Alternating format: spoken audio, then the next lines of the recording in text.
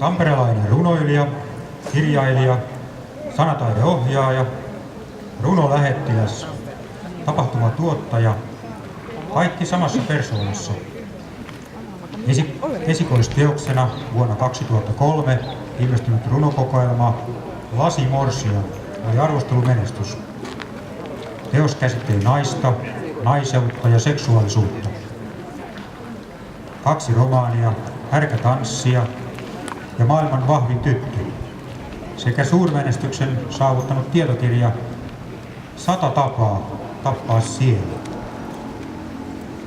Tammikuussa julkaistiin hänen 6. kirjansa, runokokoelma Take Away. Tervetuloa, Tuija Välipakka.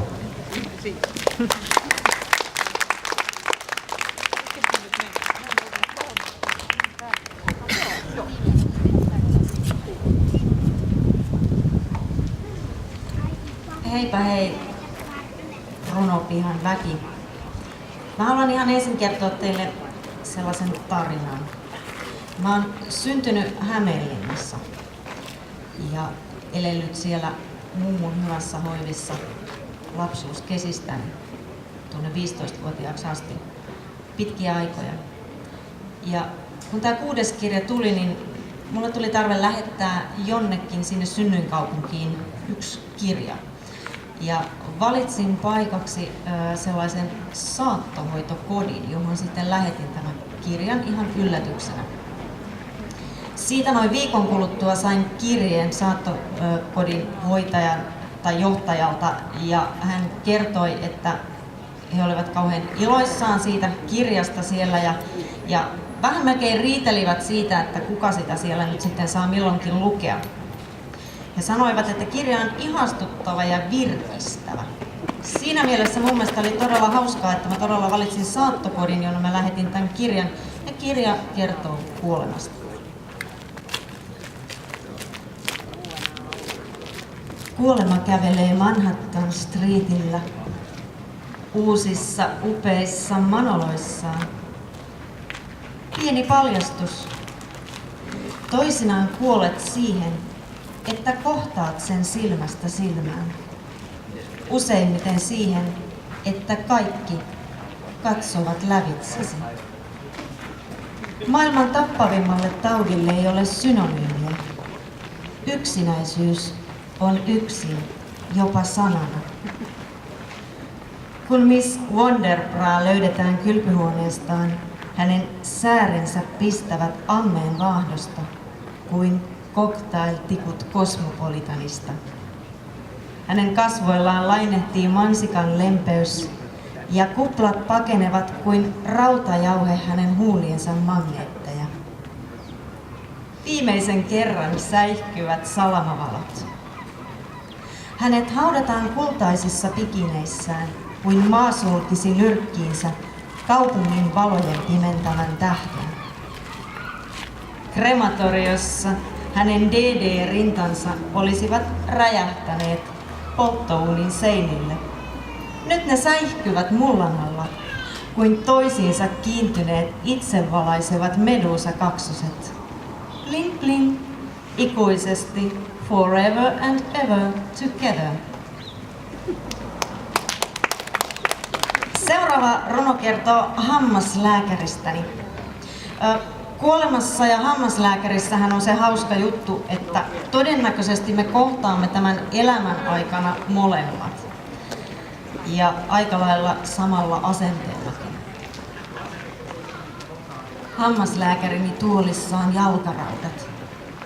Hän poraa minua ysimillisillä silmillään. Missä sitä ollaan oltu tähän asti, kysyn vaan. Pyydän lykkäystä. Hän vaatii tykkäystä ja painan peukalon kuvaa hampaat irvessä. Puretko hampaita öisin? Hammaslääkärini kysyy. Sanon, päätä särkee kuin norsu yrittäisi ulos kookospähkinästä tästä. Muistiini porautuu.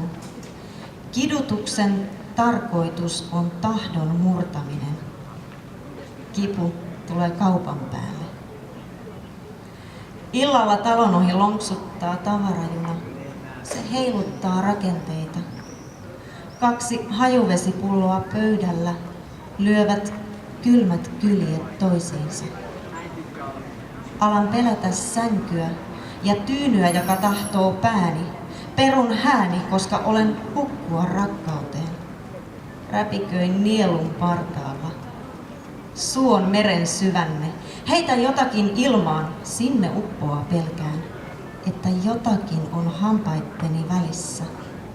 Tahmea toffee tai mies, ehkä kuu. Liituvalo piirtää vuoteelle unieni ääriviivat. En tiedä mitä teen öisin. Alan pelätä hampaitani, luista myllyä, joka jauhaa yötä. Tämä yksinäisyys aiheuttaa sietämätöntä särkyä. Hammaslääkärini ehdottaa kiskoja. Hän kolistelee ikkunani ohi.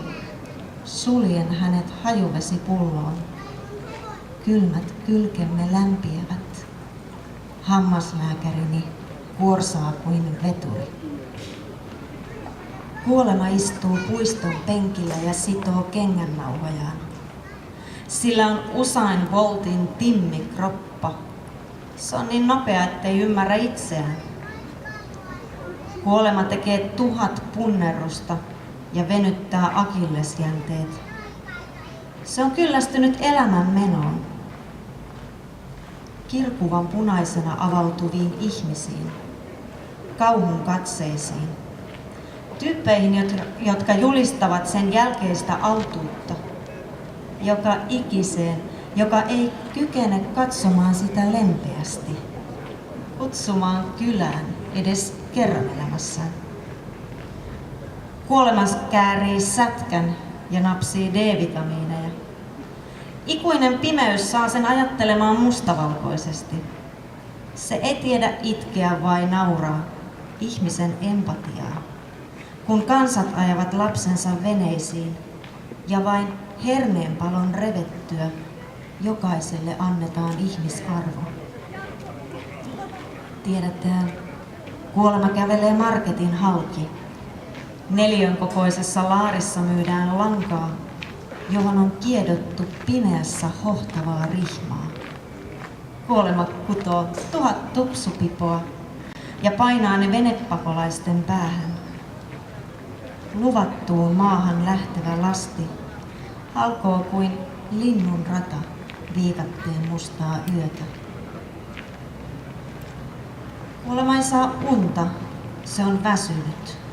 Se anoo virkavapaata.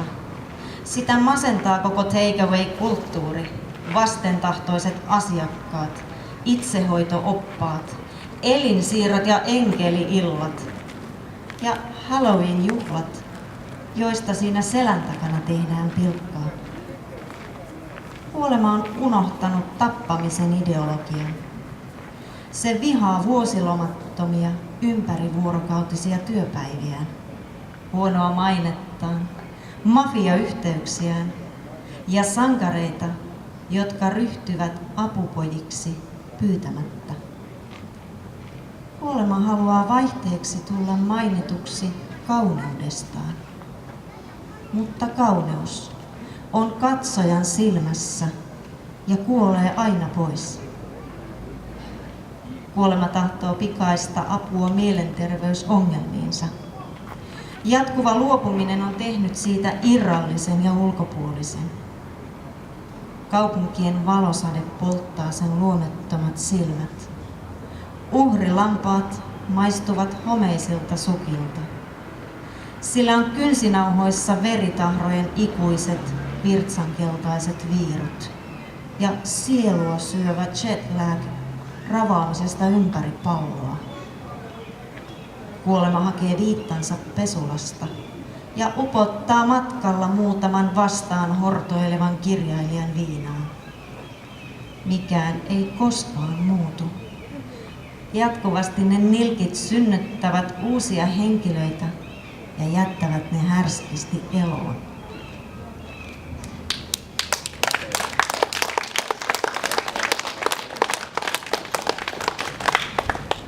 Mun edellinen runokokoelma Clownin pelko, joka julkaistiin 2010, sisälsi 2 kirjettä. Oli kirje rakkaalle ja kas vain toinen kirje rakkaalle. Nyt sitten kirjallisuuden tutkijat joskus pidemmän ajan päästä voivat yrittää selvittää sitä, miksi tässä kirjassa kirjoitetaankin kirje Eksä.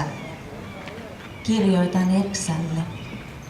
Tämä mätä, harmaa, armas kuun ilta, johon kuulas kaulas ei yllä. Yksiksenikös astustelen lakkaamatta kuulakkaa suota. Suotta suusoukkana soutelen juolukkamaata. Ääneti on nettini, et vastaa, selkääni lyö. Yöpyisin pyynnöstäsi pyöreällä pöydälläsi, pöyristyttävän kuorsauksesi rytinässä. Jos sallisit, pallisi luumuilla kourassani, kuorisin rypäleesi, kyrpäleesi öisin söisin. Kuukaudet kuluvat, tuoko touko minut luoksesi. Vuokseesi hukun ikävään, ikään kuin et teitäsi tietäisi. Jos ei heilaa hellin nunnat aina, niin ei sitten koko suu vetenä läikkyvä maa ja lima liekkiin syty. Ohimo himosta moukuen luen loitsuni laadun. Kesällä eksä takaisin tulet, onneeni kaadun.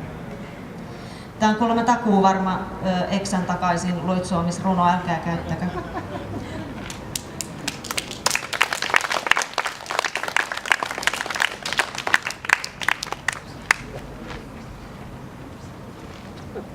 Lopuksi mä haluan lukea teille sellaisen tekstin, jota mä myös ajattelen eräänlaisena kirjeenä.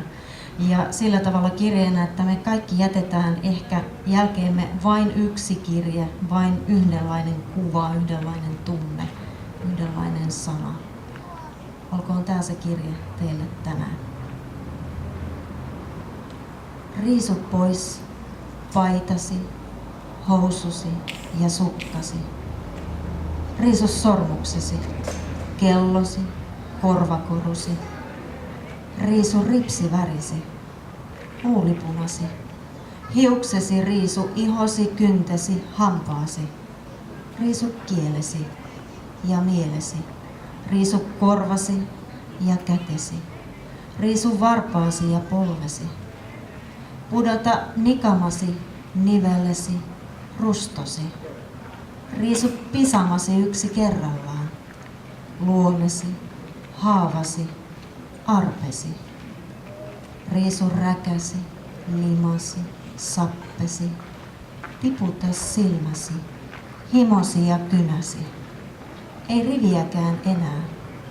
Listoja laativat vain ne, jotka pelkäävät kuollakseen.